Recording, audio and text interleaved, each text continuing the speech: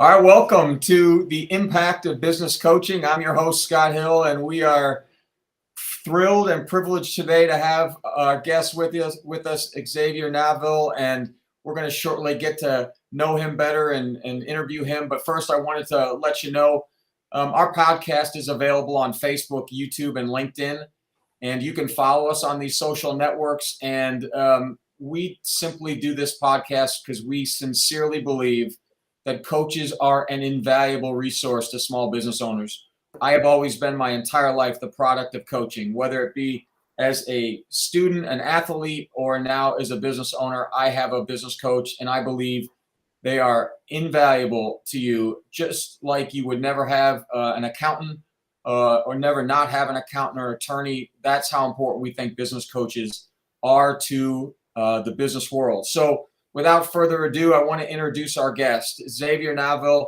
And instead of me doing an introduction, we would love to just introduce Xavier and have him tell us a little bit about himself. Xavier, how are you doing today? Thank you, Scott. I'm doing very well. I'm glad to be here. Good to see you. We're excited to talk to you. And first of all, I think we just want to jump right into it and love to understand just a little bit about you. If you could give us a little background about yourself and sort of how'd you get into business coaching? All right. So I'm a Frenchman. So I grew up in France, spent 18 years in China, and moved to the US in 2015. I live in the Bay Area in Oakland, near San Francisco. Um, I I built a business in China that is today a $150 million business that did all the fresh food that goes into the Starbucks, McDonald's, KFC, and so on. So it was a big organization with 1,200 people. I sold it. Then I built a consulting practice, something similar to BCG or McKinsey, advising big multinationals on their strategy in the US and in Asia. And I still have it. But what happened is that over time, the client said, can you help us on the execution part of this strategy? And I did not really know how to do that. For me, it was either you do it yourself or you're a consultant. And I discovered business coaching as a great balance between all these elements, essentially being way more involved than the director of the board, but not telling you what to do, but building the platform, the disciplines, the routines, so that entrepreneurs and leadership team can express themselves within that framework, and essentially acting as a I call it chief bar raiser officer. So I say to all my clients, I'm not here to make you perfect. I'm here to just get you better each and every time we meet. Which is the difference between consulting and coaching, right? You're not doing it for them. You're sort of giving them the tools they need to do it, and so they learn it and they apply it themselves without you at some point, correct? Yeah, that's the principle, and that's probably where you get the biggest insight. Once in a while, entrepreneurs say, "You got to give it to me straight." I want to hear it. I may not follow your advice, but I still want to hear what you think. So you've got to find the right balance. If you're just staying as a pure coach asking question, I believe that's the biggest effect. But some entrepreneurs in situation of stress, sometimes they want to hear your view. Mm. So tell us, why do you love business coaching so much? What does it do for you, and where do you see the impacts on clients? Well, I think I believe there's a right way to grow a business. What I did is when I grew my business, I nearly went bankrupt, and I learned a few things, and I did a few things right, but I did it through trials and error. And as an entrepreneur, you don't have to do that. There is a right way to build a business. There's a right set of disciplines and organizational plans and exercise to build cohesion around the management team that you can follow in order to improve the efficiency of your business, scale your business, but also have the life that you want to have without burning yourself out. So, because I was not intentional about it, I've decided that I can help entrepreneurs be more intentional about this. The other thing that I like about business coaching is you tend to work with smaller teams, even if they're part of a multinational. They're doing something new in a new environment, and they're a bit like catamarans. So when you work with them and you agree on a set of actions, people say, okay, they immediately pivot, they move on, and you see the result of the work that you've done with them. With big multinationals and you do consulting, it's a bit like Spanish galleons. You say, let's go right, and then it takes 6 months to start to pivot and move It's right. got to be really satisfying to know when you come into a small business too, they're at X place, and when you're done, you can see some pretty measurable impact too, can't you? Occasionally. Well, I'm not going to talk about confidential matters with my clients, but uh, across a wide number of coaching engagement, you usually notice a growth in sales that is 3x the normal industry rate, and a growth in profit that is 5x the normal industry rate. Well, there you So, go. that works. It really works. I mean, Yeah. the other reason why I do what I do is that I was a horrible CEO myself. Mm, I was one of these CEOs, who has an idea every minute and right. sets the strategy in his bed at night, comes up in the morning, has a new idea, and constantly shifts the boat direction and make my team miserable. Oh, I wish And I could know that feeling. and I just I like to be the coach who says to the CEO, "Man, I've been there before." Yeah. And the blind spot that you have is you don't see the impact of what you do on your team. So Mm, here is how your team. I'm going to tell you what your team is feeling now and what they want to tell you. And usually it elicits a bunch of smiles in the room yeah. and sighs of relief. Oh, And yeah. and good CEOs, smart, humble CEOs, they take it. They say, Yeah. well, I know. Okay, I'll make an effort. Yeah. So, tell us, how do you personally approach business coaching? It's a big industry. There are lots of coaches out there. What do you do to help your clients?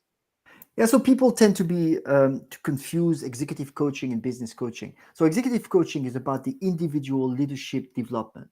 Right. Business coaching, you do work with the CEO one on one.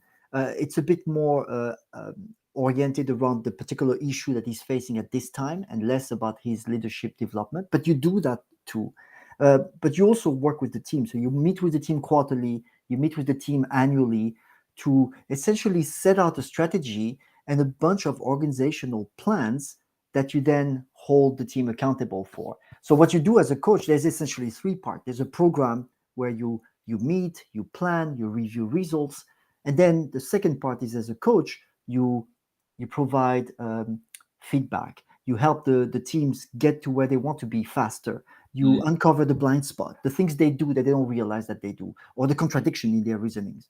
And the third part is that you put together a transparent open field, and I think you do that with your company, a software where everybody puts their priority, everybody puts their metrics, right. every meeting content gets put online, and it's completely transparent. And as a football coach, you get to have an open playing field that people can look at and see how they're performing, and it's extremely powerful. And the combination of these three elements, the growth program, the coach, and the open playing field, essentially quarter after quarter allows the team to fine tune, adjust, and accelerate their growth.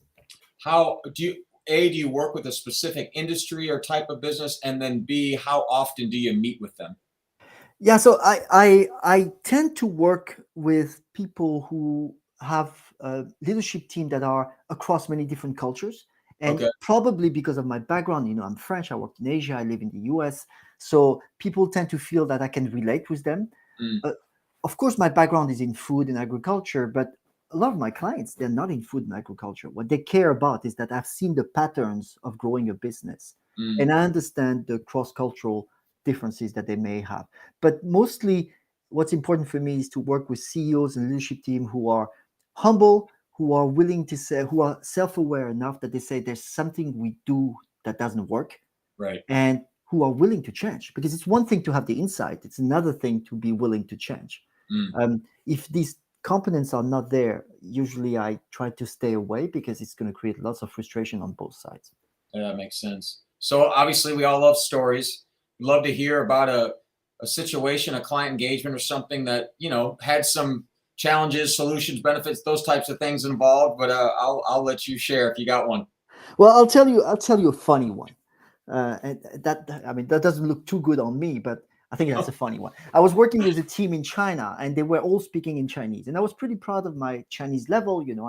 I run a company in China, and I was facilitating that meeting in Chinese, and discussions were doing well. People got into intense debate, and they were cutting themselves off, and at one point I felt that it was getting a bit technical, so I had to do a bit of guessing, and I felt I had to reformulate. That's what the coach says. I think that's where we are. And, here are the open questions. So I did that.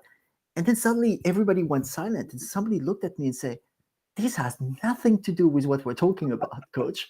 So everybody laughed and we moved on. I Oh just felt yeah. embarrassed. Yeah. So no one's perfect. Yeah.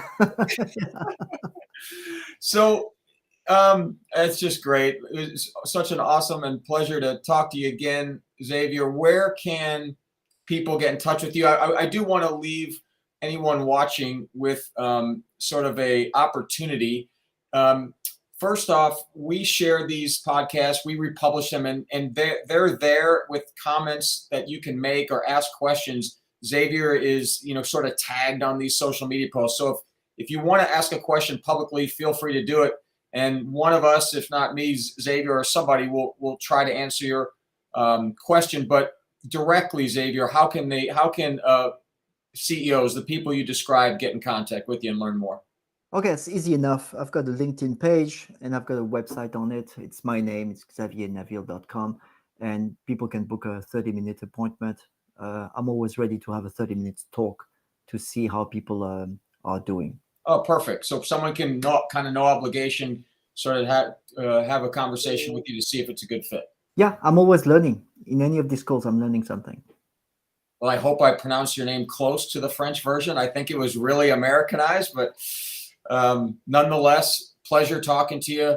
It's great to have you on our podcast, and we look forward to doing it again sometime. Thanks a lot, Scott. I enjoyed the time with you, and thank you for giving me a chance to be here. No problem. Take care. Have a great day. Bye.